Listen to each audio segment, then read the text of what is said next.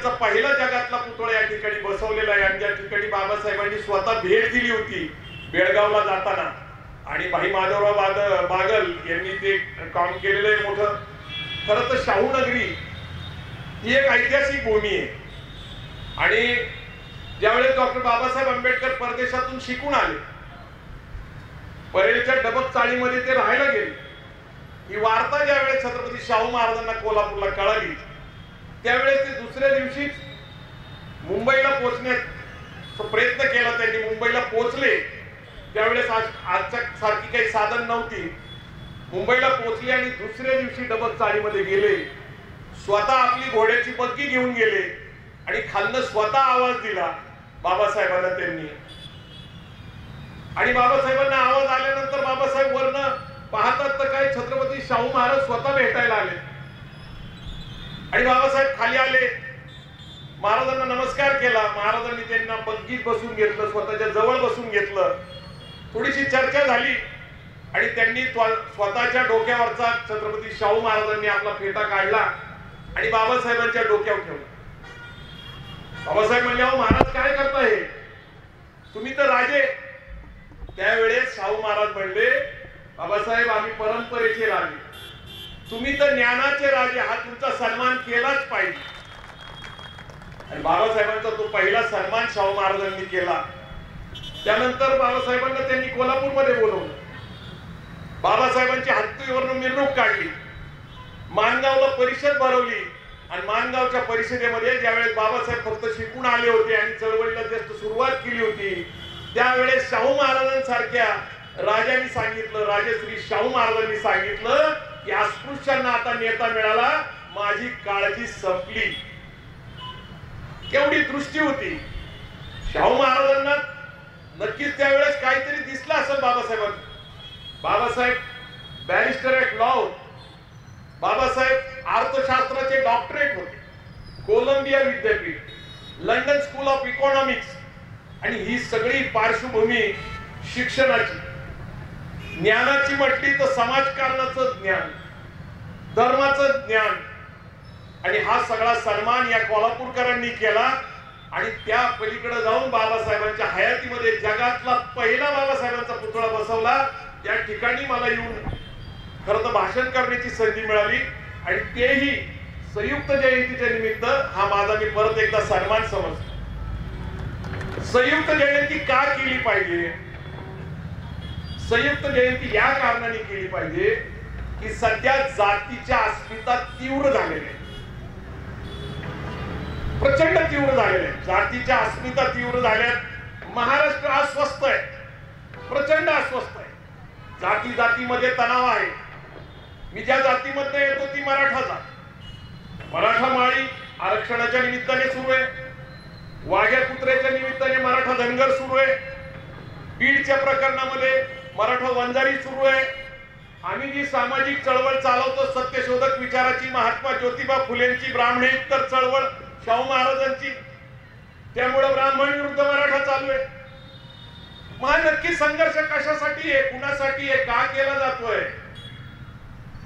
आता परवा तुम्ही बघितलं असेल फुले चित्रपट आला, त्याचा जस्ट टीजर प्रकाशित झाला आणि कोलेकुई सुरू झाली की चित्रपट आम्ही बंद पाडू, चित्रपटामध्ये आमच्या जातीचा द्वेष आहे.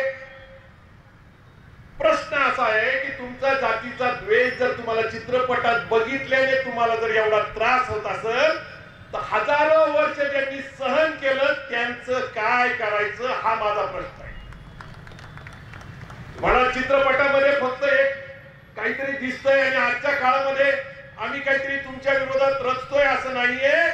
महात्मा ज्योतिबा फुलेंचा सत्यशोधक चळवळीचा संघर्ष हा इतिहास आहे. हा त्यांनी स्वतःने लिहिलेला आहे, स्वतः लिहिलेला आहे महात्मा ज्योतिबा फुलेंनी. सरकारने प्रकाशित केलंय समग्र वाङ्मय महात्मा ज्योतिबा फुलेंचं. 10 रुपयाला होतं पहिलं. जवळपास 50,000 प्रती विकले गेलेले आहेत. सगळ्यांना माहिती आहे महात्मा ज्योतिबा फुलेंचा सामाजिक संघर्ष. एक चित्रपट तुम्ही बंद पाडला किंवा काही त्यातले डायलॉग्स कमी केले किंवा काही सीन कमी केले म्हणून तुम्ही केलेला अन्याय अत्याचार पुसता येणार नाही. संस्काराचे वारसदार ते म्हणले हो, त्यांच्या पैशा अडक्याचे वारसदार म्हणले हो, त्यांच्या संपत्तीचे वारसदार म्हणले हो, मग त्यांच्या पापाचे वारसदार कोण?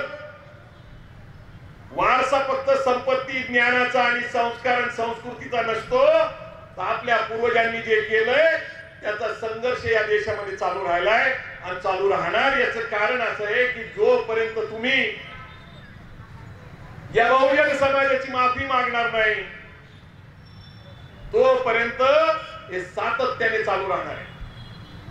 तुम्ही माफी मागण्यापेक्षा आमचे पिक्चर बंद पाडताय, नाटक बंद पाडताय, हे चुकीचं आहे। या कधीतरी बसा, कधीतरी चर्चा करा। महात्मा ज्योतिबा फुले हे समाजाचं प्रबोधन करत होते, अस्पृश्यांसाठी शाळा काढल्या, मुलींसाठी शाळा काढल्या। काय केलं त्यांना? शेण दगडगोटे मारले, तेच तर दाखवलं पिक्चर मध्ये। मी स्वतः सत्यशोधक चित्रपट काढला होता गेल्या वर्षी, आता हा हिंदी मध्ये नवीन आलेला आहे। माझ्या चित्रपटाच्या वेळेस त्यांनी तशी कोलीकोई केली, बोलवलं मी त्यांना, सांगितलं म्हणलं पिक्चर माझा आहे। ते म्हणले आम्हाला माहित नव्हतं। त्याला राष्ट्रीय पुरस्कार मिळाला। गेल्या वर्षी सत्यशोधक चित्रपट येऊन गेला, आपल्याला माहिती असेल। सांगायचं तात्पर्य असं आहे की सत्य आपण स्वीकारलं पाहिजे, झाली चूक तर माफी मागितली पाहिजे, क्षमा याचना केली पाहिजे आणि दुरुस्त झालं पाहिजे, कारण हा भारत देश टिकला पाहिजे, मानवता टिकली पाहिजे। मानवता श्रेष्ठ आहे आमच्या जाती धर्मापेक्षा। मी परवा दिवशी एक स्टेटमेंट केलं, नुकताच कुंभमेळावा झाला, सरकारने जाहीर केलं की 40 कोटी लोकांनी त्याच्यात स्नान केलं। चांगली गोष्ट आहे, पाप पुण्याच्या कल्पनेने आपण स्वतःच आपल्याला पापी जाहीर करायचं आणि पाण्यात डुबकी मारून पुण्य मिळवायचं, ही कल्पनाच मुळात दोषी आहे। आपण असं काय पाहतोय? आपण पहिल्यांदा प्रश्न आपल्याला विचारले पाहिजे। ही अंधश्रद्धा आहे, ही अंधश्रद्धा आहे, आपण मान्य केलं पाहिजे। पण मी काय म्हटलं की आपण कुंभमेळ्यामध्ये पाप पुण्याच्या कल्पनेने जाऊन डुबकी मारण्यापेक्षा एकदा सगळेच लोक ठरवू आणि आपल्या जाती धर्म भाषा आणि प्रांतिक वाद संपून एकदा भारत आमचा देश एवढं सांगू। कारण बाबासाहेबांनी सांगितलं भारत दॅट इज इंडिया। बाबासाहेबांनी सुद्धा राज्यघटना लिहिताना जे जे लिहिलंय ते आम्हाला जास्त महत्वाचे। काय लिहिले बाबासाहेबांनी? जगात एकही राज्यघटनेच्या पहिल्या पानामध्ये प्रिअम्बल मध्ये असं लिहिलेलं नाहीये, ते बाबासाहेबांनी लिहिलेलं ते आहे समता, बंधुता, न्याय आणि स्वातंत्र्य। सर देसाई साहेब, माझ्याकडं 5 सेशन जज आले होते। माझे एक मार्गदर्शक इथं बसलेत, अनिल कोळप साहेब एनसीबीचे डायरेक्टर, ते मुद्दामून आलेले कार्यक्रमाला। साहेब मला 5 जज भेटायला आले, सेशन जज भेटायला आले। भेटण्याचं कारण होतं की त्यांचे काही एका गुरुशी संबंध होते, 80 वर्षाचे ज्येष्ठ गुरु। त्यांचा व्हॉट्सअपवर संवाद चालू होता, ते एकमेकाला सांगायचे। एकदा त्यांच्या गुरूंनी सांगितलं की मनुस्मृती खूप चांगला ग्रंथ आहे, विनाकारणच भारत देशामध्ये त्याच्याबद्दल द्वेष पसरवला जातो आणि ती मनुस्मृती कल्याणकारी आहे असं ते जज जे 5 होते, त्यांचे धार्मिक गुरु म्हणा किंवा त्यांचे मार्गदर्शक म्हणा, कारण मला माहित नाही नक्की त्यांचं त्यांच्याशी नातं काय, पण ते त्यांना मानत होते। आणि त्यांनी मला पहिल्यांदा मला भेटायला आल्यानंतर ते सगळे मेसेज वाचायला दिले। आता मेसेज वाचल्यानंतर निश्चितच त्यांची अपेक्षा होती की मी काहीतरी त्याच्यावर बोलावं, आणि जज लोकांनी त्यांची मुलं पण बरोबर आणली, मुद्दामून आणली होती, मुलं पण बरोबर होती। आम्ही 8-10 जण एकत्र बसलो। मी म्हटलं बाबा मनुस्मृती बरोबर आहे का चुकीची आहे एवढं ज्ञान माझं नाही, कदाचित तुमच्या महाराजांचं जास्त असेल। मला माहिती आहे बाबासाहेब आंबेडकरांनी मनुस्मृती माणगावच्या तळ्याच्या तिथं जाळली, त्या ठिकाणी मी दरवर्षी जातो। त्यावेळेस ही घोषणा होती जय शिवाजी जय भवानी। महात्मा फुलेंची ज्यावेळेस चळवळ सुरू करायची होती त्यांनी समाधी शोधली, शिवाजी महाराजांची शिवजयंती सुरू केली, शिवाजी महाराजांवर पवाडा लिहिला।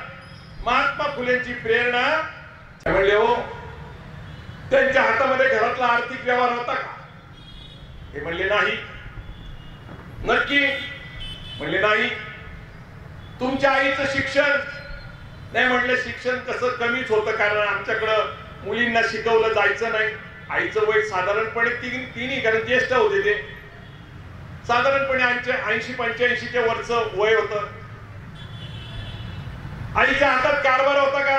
म्हणजे आईच्या हातात कारभार नव्हता. आईच्या हातामध्ये निर्णय क्षमता होती का? म्हणजे आईच्या हातात निर्णय क्षमता नव्हती. मग जर एक स्त्री म्हणून तुमची आई जर सगळ्यात आदरस्थानी असेल आणि तिला जर अधिकार वंचित ठेवलं असेल, तर हे कुठून आलं डॉक्टर साहेब, आपलं जज साहेब? तर हे आलं मनुस्मृतीमधनं. आणि हे फक्त मराठ्यांच्या स्त्रियांना, बहुजनांच्या स्त्रियांना, स्पृश्यांच्या स्त्रियांना नव्हतं, तर हे ब्राह्मणांच्या सुद्धा स्त्रियांना लागू होतं. तर स्त्री ही शूद्र आहे आणि शूद्राला अधिकार वंचित ठेवलं पाहिजे असं मनुस्मृती म्हणते. म्हणजे बरोबर आहे.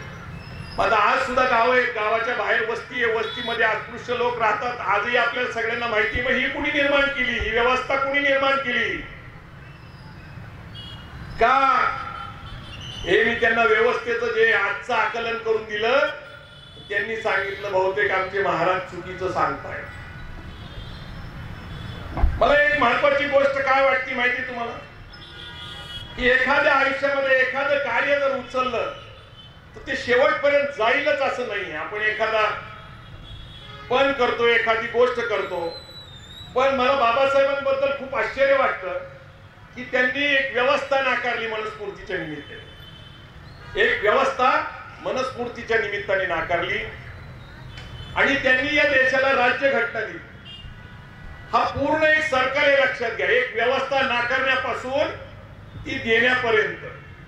आता दिली ती कशी दिली मी तुम्हाला सांगितलं. जगातल्या कुठल्याही राज्यघटनेमध्ये प्रिअम्बलच्या पहिली तत्व घातलेली नाहीये.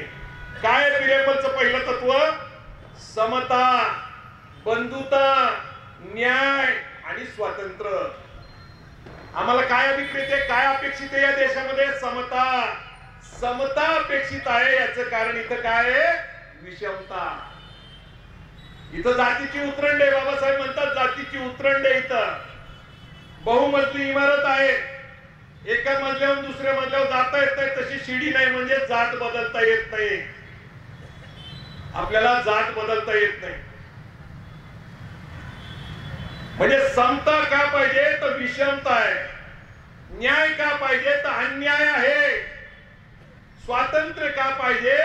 तर आम्ही पारतंत्र्यात असल्यासारखे आहोत. आम्हाला बोलण्याचं, लिहिण्याचं, व्यक्त होण्याचं स्वातंत्र्य नव्हतं, म्हणून स्वातंत्र्य. आणि बंधुत्व का आहे? तर आमच्यामध्ये विषमता असल्यामुळे बंधुभावाचं वातावरण नाही. अरे जगात ही मानवता निर्माण करणारी राज्यघटना आहे. ही का? आपण कधी विचारलं की ही तत्व का? ही तत्व याच्यासाठी आहे की मागील 2000 वर्षाचा अभिमान मानत असताना नेमकं ज्याचा आपण अभिमान मानतो त्यांनी काय दिले आपल्याला? मला विषय दिलाय. खरं तर यांचं योगदान, यांचं योगदान एवढं मोठं आहे की हा देशच त्यांच्यामुळे उभा आहे. हो, हा देशच त्यांच्यामुळे उभा आहे. म्हणजे तुम्ही एक लक्षात घ्या की भारत स्वतंत्र होत असताना त्याच्या अगोदर 2 प्रकारच्या स्वातंत्र्याची चळवळ सुरू होती. एक सामाजिक स्वातंत्र्याची आणि एक राजकीय स्वातंत्र्याची. काही लोक म्हणत होते राजकीय स्वातंत्र्य पहिलं आणि काही लोक म्हणत होते सामाजिक स्वातंत्र्य पहिलं. पण मानवता पहिली सांगणारे डॉक्टर बाबासाहेब आंबेडकर होते, लक्षात घ्या. ना महात्मा ज्योतिबा फुले ना बाबासाहेब आंबेडकरांनी कधीही ब्राह्मणांचा द्वेष केलेला नाही.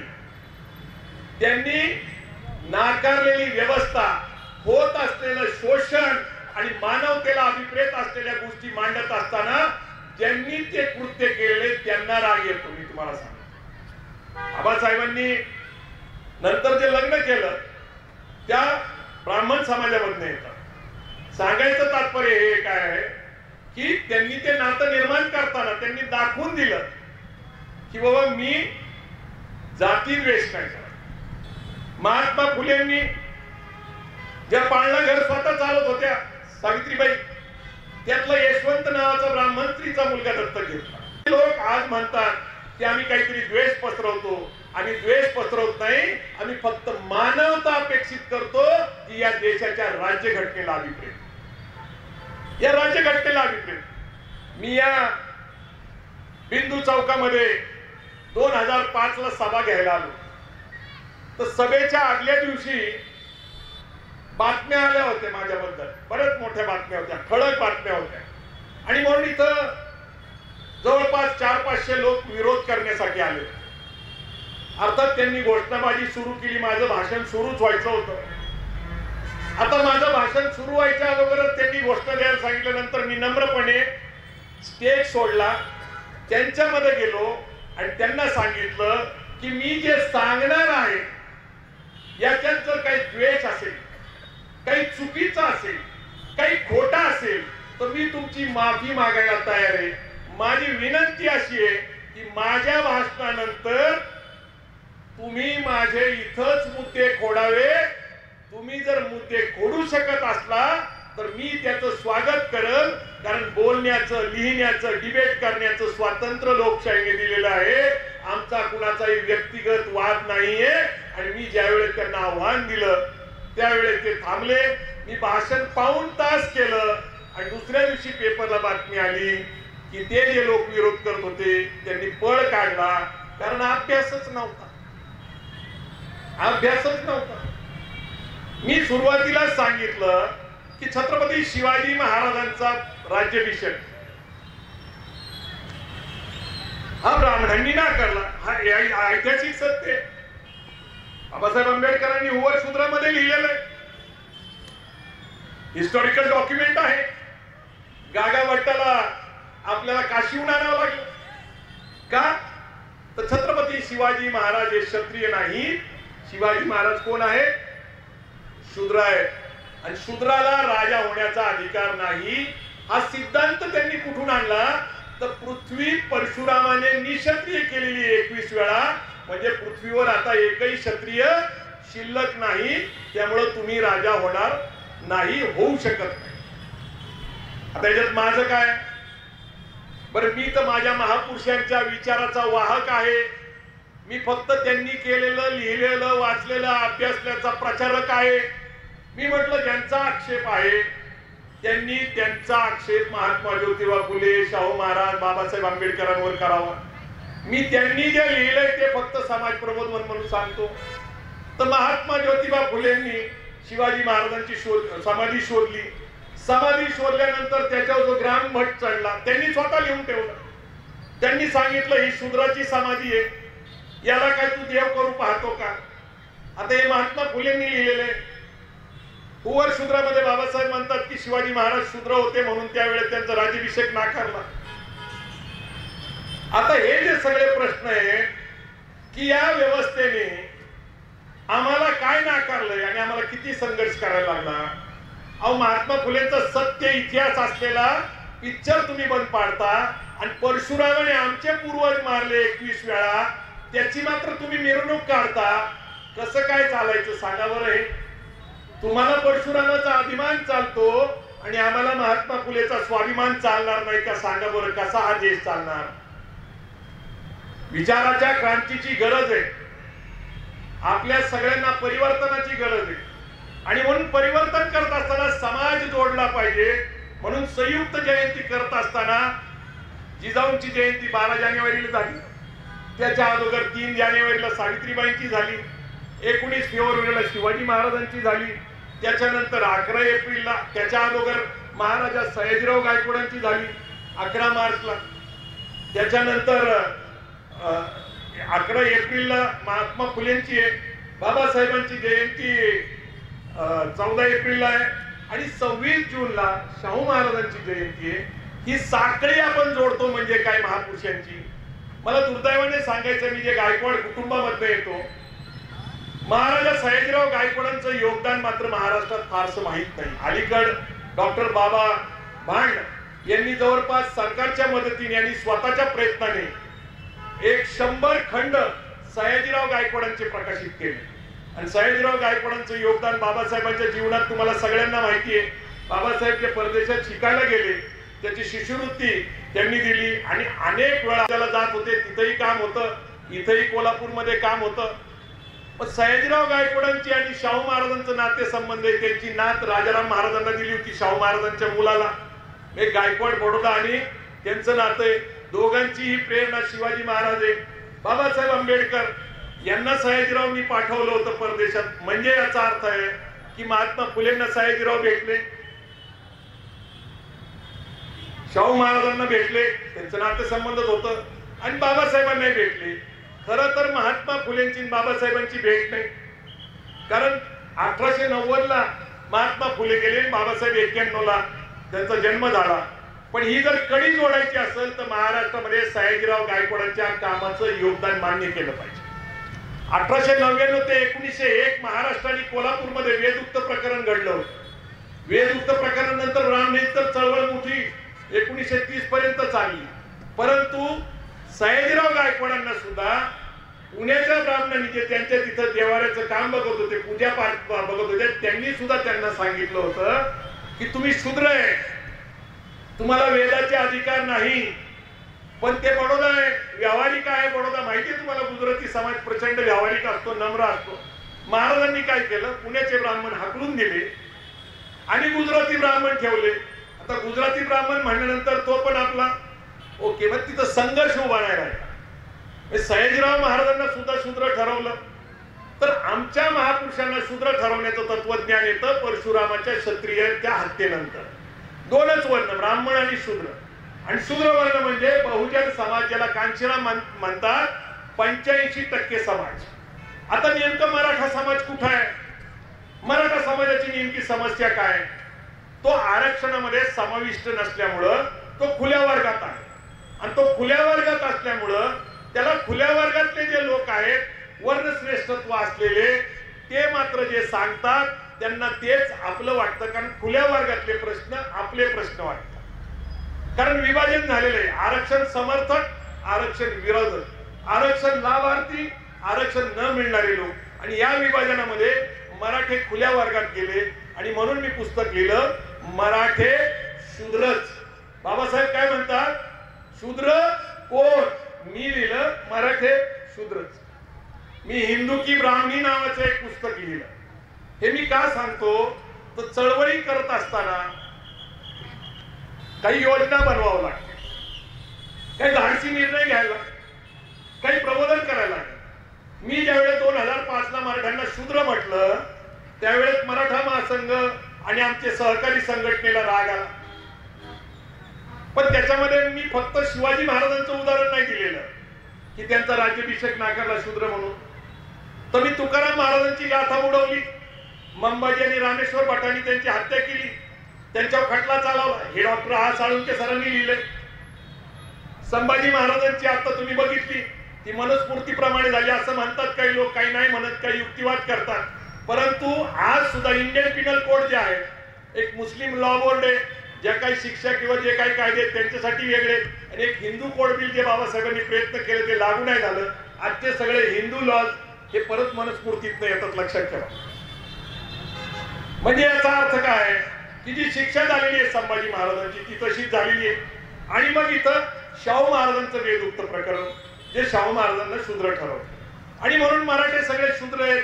शूद्र म्हणजे मागासवर्गीय आहेत, मागासवर्गीय म्हणजे अधिकार वंचित आहेत. आणि अधिकार वंचित असलेला समाज हा बहुजन समाजाचा घटक आहे. आणि जोपर्यंत बहुजन समाजाचा मराठा समाज घटक होणार नाही, तोपर्यंत मराठा विरुद्ध दलित, मराठा विरुद्ध माळी, मराठा विरुद्ध धनगर, मराठा विरुद्ध वंजारी हे चालूच राहील. आणि म्हणून बहुजन समाजाचं जे शोषण झालेलं आहे, शूद्र म्हणून, मागासवर्गीय म्हणून त्यांना नाकारण्यात आलेले, अस्पृश्य वर्णाला तर जो प्रकारची वागणूक मिळालेली आहे ती अत्यंत भयानक आहे.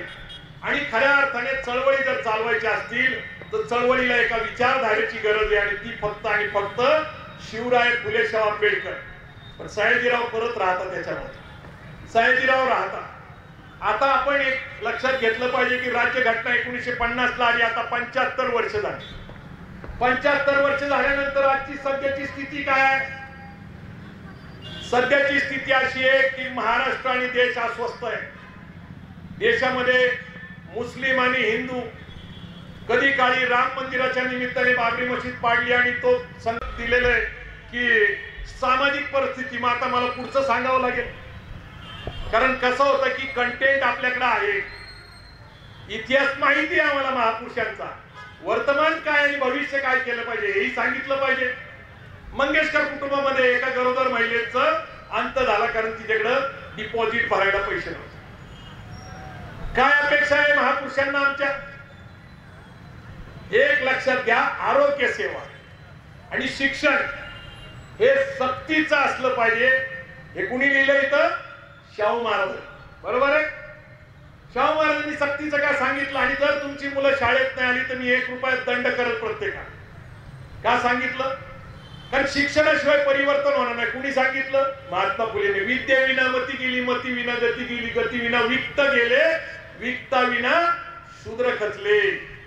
बघा 4 ओळीमध्ये महात्मा फुले काय म्हणतात? विद्या नसल्यामुळे काय झालं? विद्ये विना मती गेली, डोकं चालत नाही. विद्ये विना मती गेली, मती विना गती गेली, प्रगती गेली. प्रगती गेल्यामुळे काय झालं? वित्त गेलं, गरिबी आली, दरिद्री आली. एवढा अनर्थ एखादा कशाने केला? अविद्येने केला. मग महापुरुषांना जर कळतं की विद्या सगळ्यांना मिळाली पाहिजे तर लोकशाहीमध्ये सक्तीचं आणि दर्जेदार शिक्षण आम्हाला अल्प दरात मिळालं पाहिजे. मी मोफत म्हणणार नाही, कारण आता तुम्हाला माहिती आहे महागाई प्रचंड वाढली. पैसा आता आपल्या हाताशी पुरत नाही. पूर्वी काही थोड्या पैशामध्ये घरं चालत होती. म्हणजे आरोग्य सेवेसाठी आपल्याला आंदोलन करावं लागतील, कारण आरोग्य सेवा दिल्याच पाहिजे. पुण्यामध्ये साहेब ससून हॉस्पिटल आहे, औंधचं एक हॉस्पिटल आहे. हे कुणी निर्माण केलं? ब्रिटिशांनी. त्याच्यानंतर रुबी आलं, जहांगीर आलं, KM आलं, दीनानाथ मंगेशकर आलं, ज्युपिटर आलं, आदित्य आलं आणि सगळ्या आरोग्य सेवेचा बाजार झाला सर, बाजार. मी सगळ्यांना नम्रपणे, माझं ज्ञान जर अल्प असेल तर सुधारा, कारण मी नम्रपणे सांगतो की माझी अशी माहिती आहे की BJ मेडिकल कॉलेज देशातलं 1 नंबरचं मेडिकल कॉलेज आहे. काय सर? 1 नंबर देशातलं 1 नंबरचं. म्हणजे तिथं जे डॉक्टर शिकवले जातात, जे घडतात, ते प्रॅक्टिस करतात, ते देशात 1 नंबरचे डॉक्टर घडवले जातात. आता त्या शिकणारे MBBS, MD, MS डॉक्टर साठी प्रॅक्टिस कुठं केली जाते? कुठले पेशंट तपासले जातात? Sassoon hospital. ससून हॉस्पिटलचे पेशंट त्यांना तपासले जातात आणि त्यांना शिकवता कोण? तर ससून हॉस्पिटलचे डॉक्टर त्यांना शिकवतात. ससून हॉस्पिटल मध्ये जे पेशंट असतात त्यांना जी काही ट्रीटमेंट द्यायची तिथले डॉक्टर देतात, ते बरं करतात आणि त्याच्या ट्रीटमेंट साठी तिथं शिकणाऱ्या MBBSच्या मुलांना तिथं प्रॅक्टिस दिली जाते. समजलं मला काय म्हणायचे? जर ससूनचे डॉक्टर्स हे चांगले BJ मेडिकलचे डॉक्टर घडवत असतील तर ससून हॉस्पिटल चांगलं नाही, वाईट आहे म्हणण्याला काय अर्थ आहे का? सांगा बरोबर. चुकत असलं तर दुरुस्त करा. अरे रुमीला जे डॉक्टर आहेत ते पण ससून मधनं शिकून आलेले, BJ मेडिकलचे विद्यार्थी आहेत. पण सरकारने कायदा करून टाकला, विना अनुदानित संस्थेचा आणि शिक्षणाचा बाजार झाला. डोनेशन शिवाय ऍडमिशन नाही. ही समस्या आहे आजची. दुसरं शिक्षण. माझं चुकत असलं तर क्षमा करा, दुरुस्त करा. ही नम्रता आहे, लक्षात घ्या. माफी मागणं म्हणजे वाईट नाहीये.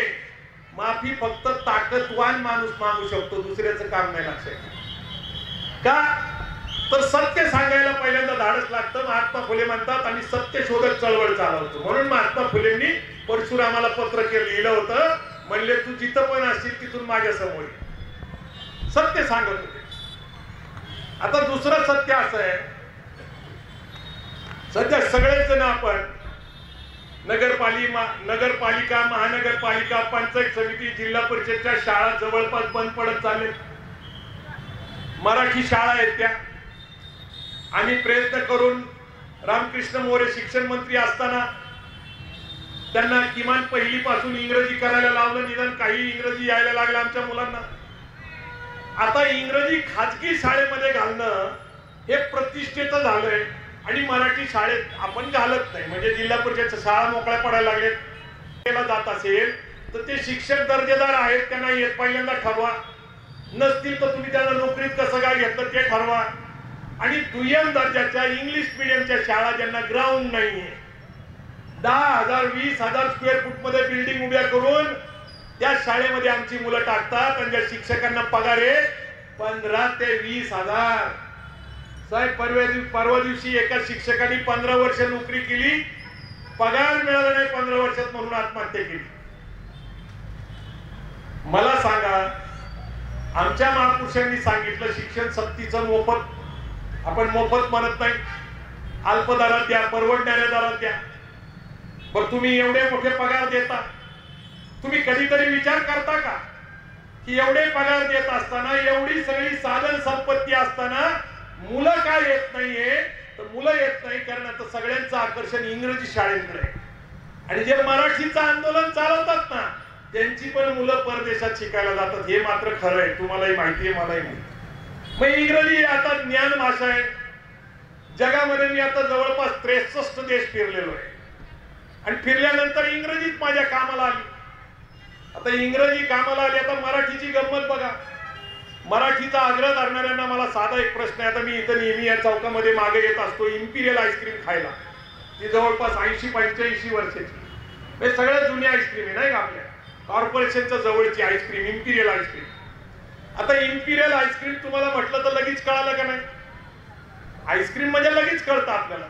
आता मराठीचा सक्तीचा जर आपण बाणा ठेवायचा म्हटला तर आईस्क्रीमला मराठीत काय म्हणतात तुम्हाला माहिती आहे का?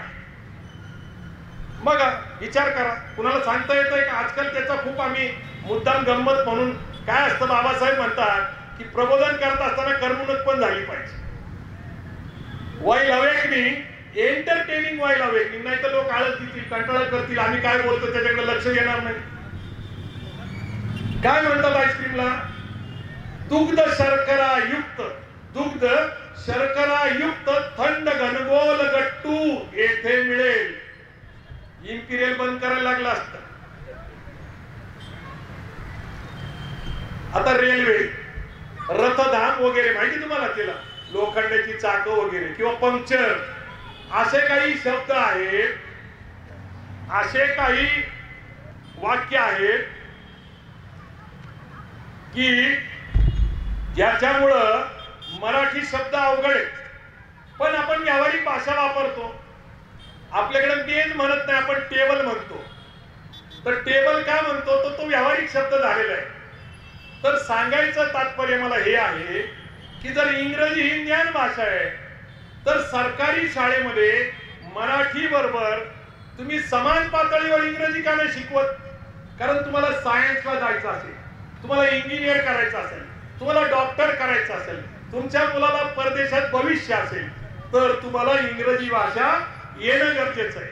तुम्ही एकीकडे प्रचंड पैसा शाळा कॉलेजवर खर्च करता अनुदानितवर, आणि ज्या अनुदानित मध्ये आमची सगळ्यात जास्त मुलं शिकतात तिथं शिक्षकांना पगार 15-20 हजार आहे.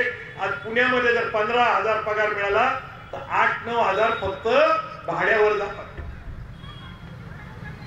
काहीतरी टू व्हीलर घेतली असेल तर 3-4 हजार त्याचा हप्ता जातो.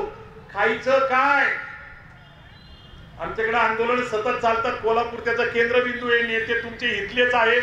शेतकरी आंदोलन, शेतकरी आंदोलनाचं वैशिष्ट्य काय माहिती तुम्हाला? एक भाऊ गावाकडे शेती करत असतो, कबाड कष्ट करत असतो, घाम गाळत असतो, रक्त आटवत असतो, पिकवत असतो त्याच्या जमिनीमध्ये.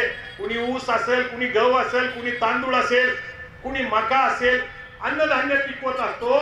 आणि त्याचाच भाऊ शहरामध्ये असतो.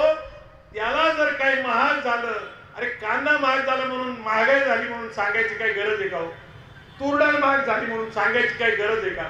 म्हणजे अन्नधान्यातला कुठलाही पदार्थ थोडा जरी महाग झाला, कारण जगण्यासाठी अन्न लागतं, म्हणून सरकार हे कशा प्रकारचा अन्नधान्याचे भाव ठेवणार? सगळ्यांना परवडणारे.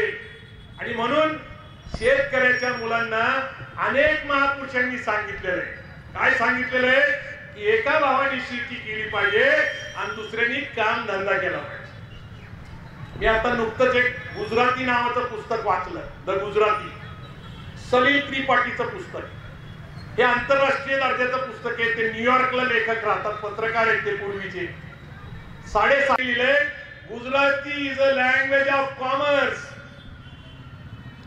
गुजराती समुदायामध्ये अगदी डायनिंग टेबलवर जरी चर्चा चालू असली तरी ती अर्थकारणाची असती, शेअर मार्केटची असती, सोन्याची असती, हिऱ्याची असती, व्यापाराची असती, देणे घेण्याची असती. त्यांनी लेखकाने लिहिलं की गुजराती समुदायाच्या एखाद्या अंतविधीला मी गेलो तर ते दुःखद असतं प्रसंग. त्या प्रसंगी नातेवाईक हात जोडून नमस्कार करत असतात, भावना व्यक्त करत असतात आणि शेजारीशी बोलताना म्हणतात, अरे शेअर मार्केटमध्ये जरा तो शेअर काय झालाय बघ रे बाबा. तर ही व्यावसायिक जात आहे. आपली जात कशी माहिती आहे आमच्या सगळ्या बहुजनांची? आमची जात भावनिक जात आहे, भावनिक. आणि सगळेजण भावनिक. आणि क्रिया प्रतिक्रिया, क्रांती प्रतिक्रांती. आणि कधी अर्थकारणावर बोलणार. आमची सगळ्यात आवडता विषय काय? क्रिकेट. सध्या हे सगळी गर्दी कमी आहे, त्याचं कारण काय आहे? IPL चालू आहे. IPL क्रिकेट पहिला 5 दिवसाचं होतं, नंतर 1 दिवसाचा, आणि आता 2020. क्रिकेटची इकॉनॉमी माहिती का तुम्हाला?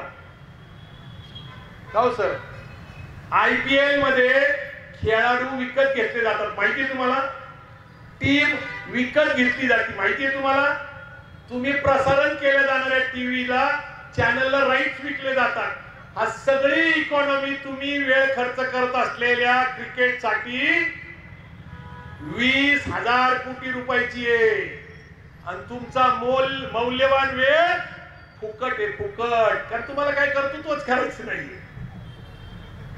You are losing your valuable time. कशामध्ये? क्रिकेट. सध्या आमच्या महिला बसलेत सिरियल. सासू सुनेच्या चाहड्याच्या सिरियलचा आता बाजार उभा राहिलेला आहे. चित्रपट कसे येतात तुम्हाला माहिती? आता उरी पासून ते गोरी पर्यंत सगळे तुम्ही बघा. माणसाची मानसिकता तयार करणारे चित्रपट येत आहेत, तुम्हाला सांगतो.